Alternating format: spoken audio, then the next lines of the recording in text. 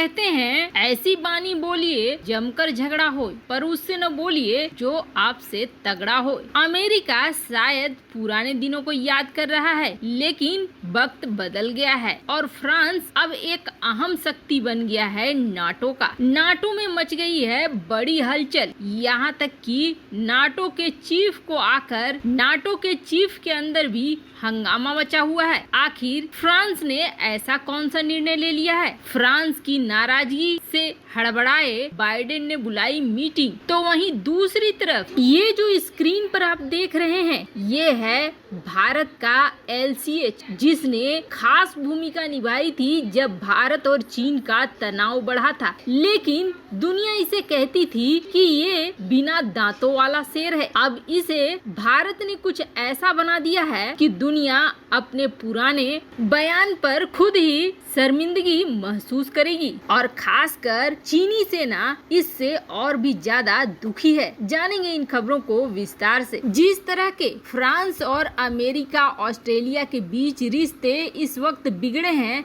उसका असर बहुत ज्यादा दिख रहा है। अकूस के बनने के बाद माहौल बहुत ही खराब हो गया है। यहाँ तक कि फ्रांस ओपनली इस बात को कह भी रहा है कि जो काम हुआ है वो विश्वास वाला काम नहीं है, जिसकी वजह से राजनीतिक संकट बढ़ रहा है। फ्रांसीसी राष्ट्रपति एमुनुएल मैक्रोन इस वक्त बहुत गुस्से में बताए जा रहे हैं। पहले भी फ्रांस ने नाटो को लेकर ये बात कही थी कि नाटो अब ब्रेन डेड हो चुका है, नाटो में पैसा लगाना मूर्खता है, नाटो का रहना न रहना बेसमान है। और कहीं न कहीं ये बात सच भी होती हुई दिख रही है, क्योंकि बाइडेन कई मौकों पर सिर्फ और सिर्फ अपना फायदा देखते हैं। अमेरिका की वैसे नीति रही है कि वो हर क्षेत्र में अपना फायदा निकालता है। जब किसी देश में नाटो कंट्री लड़ने जाते हैं तो ये नाटो कंट्री लड़ते तो हैं अमेरिका के कहने पर, लेकिन हथियार भी खरीदते हैं अमेरिका से ही, तो अमेरिका को वैसे भी फायदा होता रहता है। अमेरिका अपनी विदेश नीति में कभी किसी को भी बख्शता नहीं है जहां हथियारों के सौदे और फायदे की बात होती है। इस बार फ्रांस इस चीज के लिए बहुत ही गुस्से में आ गया है। बात यहाँ तक आ गई है कि कहीं नाटो अब टूट न जाए, और फ्रांस जो पहले ही कह चुका है कि वो और ज्यादा फंड नहीं देंगे नाटो को, कहीं इससे निकल न जाए। अब हालात ये हो गए हैं कि नाटो के चीफ को आना पड़ा है सामने। नाटो मिलिट्री चीफ सामने आए हैं और उन्होंने कहा है कि ऐसी कोई बात नहीं है, फ्रांस और अमेरिका के बीच कुछ मतभेद जरूर हुए हैं इस न्यूक्लियर सबमरीन कॉन्ट्रैक्ट को लेकर, लेकिन इसका असर हमारे इस मिलिट्री कोऑपरेशन पर, नाटो पर नहीं पड़ेगा। हाँ, इस डील से रिश्ते कुछ खराब जरूर हुए हैं, लेकिन दोनों ही देश बहुत अच्छे हैं और जल्द ही अपने रिश्तों को सुधार लेंगे। वैसे आपको बता दें, फ्रांस ने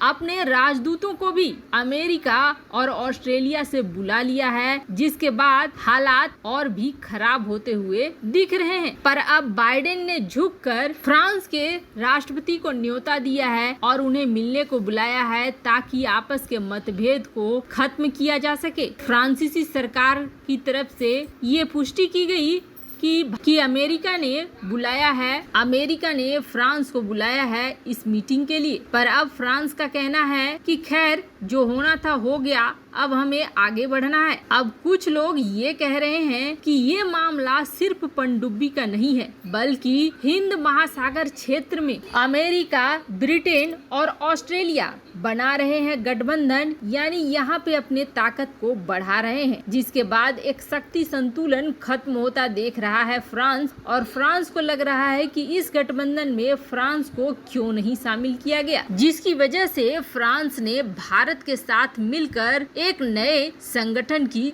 घोषणा कर दी। खैर, कब तक फ्रांस और अमेरिका के बीच सब कुछ ठीक होता है वो तो समय बताएगा, लेकिन इस वक्त भारत पूरा धमाल कर रहा है। और भारत के रक्षा क्षेत्र में इतने बड़े बड़े बदलाव आ रहे हैं जो चीन को भी सोचने को मजबूर कर रहा है कि अब भारत के साथ लड़े या न लड़े। जब गलवान घाटी की झड़प हुई थी और तनाव चीन और भारत के बीच बढ़ गया था, तब लद्दाख के कई इलाकों में इस हेलीकॉप्टर को बहुत ज्यादा देखा गया था। हालांकि उस वक्त सेना को मात्र 2 ही हेलीकॉप्टर मिले थे, वो भी कहा जाता है प्रोटोटाइप थे, लेकिन LCH बहुत ज्यादा उड़ाने भरता हुआ दिख रहा था। ये दुनिया का सबसे हल्का हेलीकॉप्टर है जिसका वजन मात्र 5.5 टन है, पर इसकी क्षमता बहुत थी। शुरू में दुनिया ने मजाक बनाया और दुनिया ने ये कहा कि ये तो ठीक है, पर समस्या ये है कि जब तक इसमें कोई हथियार नहीं लगे हैं, कुछ भी फायर नहीं कर पा रहा है, तब इस हेलीकॉप्टर का करना क्या है। ये तो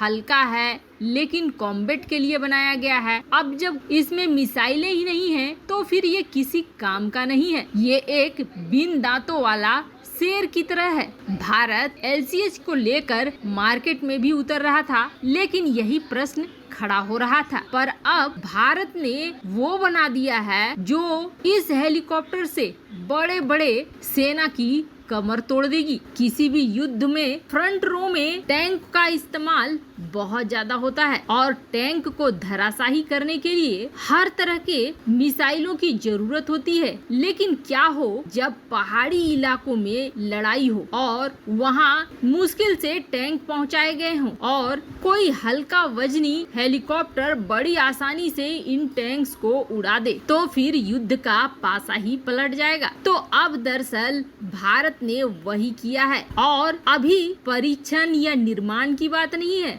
बल्कि सब कुछ होकर अब ये भारतीय सेना में शामिल हो रहा है। हेलीकॉप्टर से लॉन्च होने वाली नाग एंटी टैंक गाइडेड मिसाइल को न सिर्फ विकसित कर लिया गया है, बल्कि इसके सारे ट्रायल्स पूरे हो चुके हैं और अब ये स्वीकार कर लिया गया है और इसे जल्द ही सेना में शामिल कर लिया जाएगा। अब बात आई कि इसे किस हेलीकॉप्टर में लगाया जाएगा, तो आपको बता दें इसका परीक्षण LCH में किया गया है। लॉन्चर और मिसाइल दोनों ही तैयार हो चुके हैं। 1 करोड़ का एक मिसाइल पड़ रहा है और कुल 500 मिसाइलें और 40 लॉन्चर पहले फेज में बनाए गए हैं। हेलिना, जो कि ये मिसाइल का नाम है, ये 3rd जनरेशन फायर और फॉरगेट क्लास की मिसाइल है, यानी दागो और भूल जाओ, जिसकी मिनिमम रेंज 500 मीटर है तो मैक्सिमम रेंज 7 किलोमीटर है। और जितने भी ये बनाए जा रहे हैं 500 मिसाइलें, ये सारे मैक्सिमम रेंज के लिए बनाए जा रहे हैं और इसका इस्तेमाल अब हर तरह के हथियारों में किया जाएगा। वैसे आपको क्या लगता है, फ्रांस का नाटो को तोड़ने का डिसीजन क्या सही होगा? कमेंट कर अपनी राय जरूर बताएं। जल्द मिलते हैं अगले वीडियो में नई खबर के साथ।